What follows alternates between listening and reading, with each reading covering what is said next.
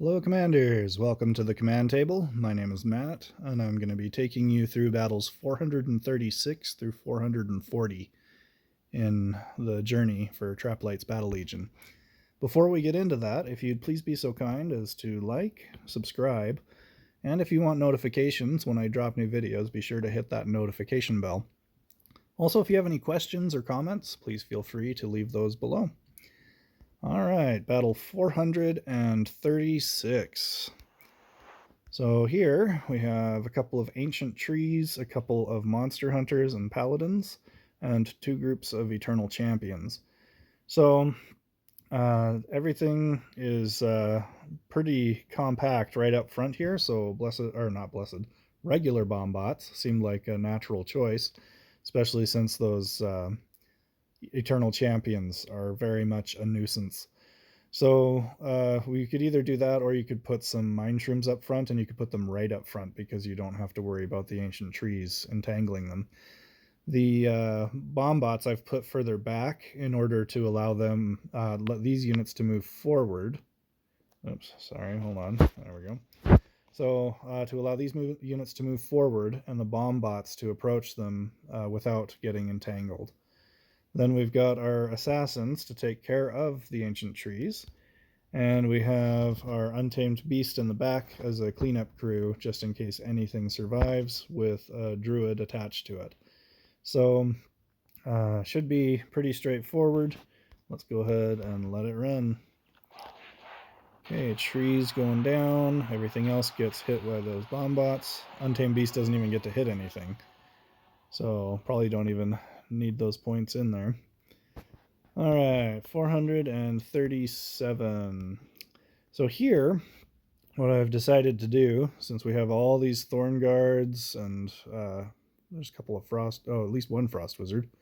Oh, there's two. Okay. And then we have storm callers, and I think that's about it in the back here. So everything except for the storm callers is vulnerable to their own untamed beasts. So we set everything up to where there's nothing directly in front of the untamed beasts, and that will make it to where they'll go to the closest thing available, which is their own units. So that's going to do a lot of the heavy lifting for us. We just have to make sure that we account for those untamed beasts in the end, which I've done with this freezing trap. So the theory here is that the beasts will run back, they'll start clearing out everything except the storm callers. The storm callers are going to have some issues dealing with my barrier monk, and the crystal spires, the arcane archers are going to be able to take everything out from a distance. The risen warriors are going to pop up in the back, pulling everything up to the top and delaying its advance, which should buy me some more time towards frenzy. So between the two crystal spires and the three arcane archers, we should be able to take out the rest of this without any trouble. I had thought about switching out a couple of the arcane archers for an ember fiend, but that might negate the use of this freezing trap, so I decided against it in the end. So that's my thought process. Let's go ahead and watch the untamed beasts eat their own units. Okay, one frost wizard does get by, but it's so low on health that it's not hard for the arcane archers to finish it off. The risen warriors are pulling everything up and delaying everything's arrival. And there goes everything except for the nature units. So now we just have to clear through those. The one Stormcaller isn't in range of the Crystal Spires, but that's not too big of a deal. And the beasts die before they even reach the freezing trap, so that's handy. Alright, 437 down. Let's move on to 438. Okay, this one was a little ugly, like it says in the note, but it did work. So this Earth Elemental struggles a bit, but ends up pulling it out in the end here. So we have a bunch of Ember Fiends, so it seemed like using a fire immune tank that can be healed was an ideal choice, so that's why we used the Earth Elemental. We've got it hooked up to 2 Valkyries and a Druid, and then there's a Crystal Spire and a bunch of Draining Spirits to kind of eat through everything, with our fallback plan of the Arcane Archer to clean up everything once we get to Frenzy, if there's stuff left, which I think there is. So there's a Phoenix, a whole bunch of Wraiths, the Ember Fiends, and 2 groups of Fire Knights. So a lot of fire. We figured we'd use the fire-resistant tank. and the tank struggles a bit, but we end up getting there in the end.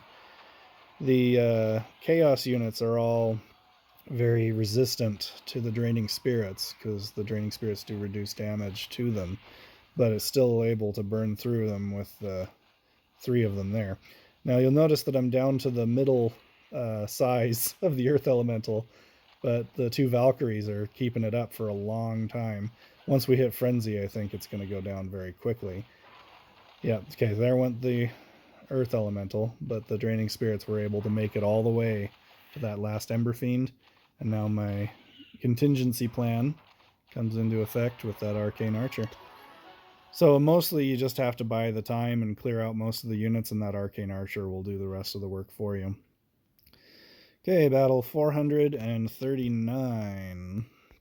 Okay, here we have 2 Mind Corruptors, we have 3 Molten Armors, and 2 Earth Elementals with a Devourer.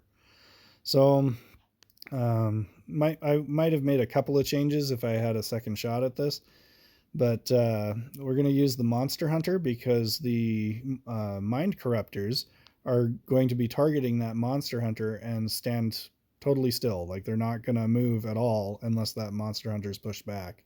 So they're going to inch forward a little bit, but they're basically just going to stay there and be totally countered by that Monster Hunter existing. The draining spirits that I've got here are to help to burn down the splits from the earth elementals. You probably would have done just fine with some crystal spires in the back. We've got the archers in the way back, far enough away from the Valkyries to where the Valkyries will latch onto the Monster Hunter and not to them. So they'll run forward and start attacking, and that'll kind of burn through the first phases of the earth elementals. It'll also help to clear out the molten armors quickly without exposing units to the flame pulse. And then they'll also be able to take out the Devourer by focus firing on all those different things. So that's the thought process. Let's go ahead and let it work. Okay, Mind Corruptors just camping there doing a whole lot of nothing. And the Draining Spirits doing a pretty good job clearing through all the other stuff. The Entangling Roots are very helpful to keep the Earth Elemental splits from reaching the group, even though a few of them do. It's not a huge deal because there's plenty of archers to either take a couple hits or burn through them.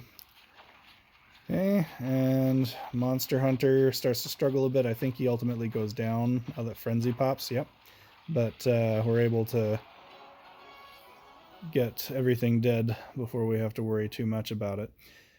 You might consider switching out one of the archers for an arcane archer. That's a possibility, just in case the Mind Corruptors get a little further forward. Okay, 440. We have a whole bunch of Frost Wizards. We have a whole bunch of Ember Fiends, which is kind of odd. They're just going to override each other's debuffs. Then we've got a Jormag clone, and we've got 3 Earth Elementals. So I tried to do something a little different here.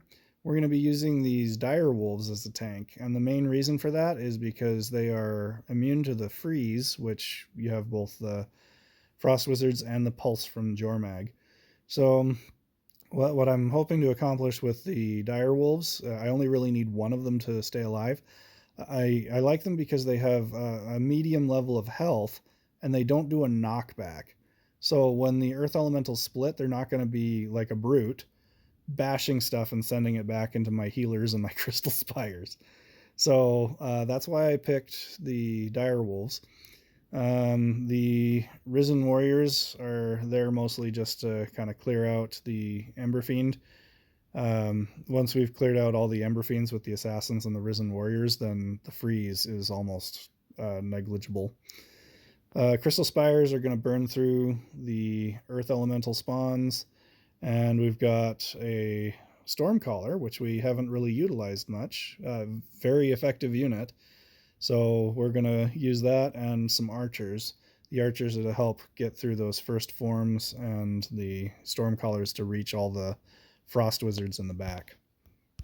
Okay, let's let it run. Okay, so The dire wolves seem to be doing pretty good. The assassins and the risen warriors get their job done.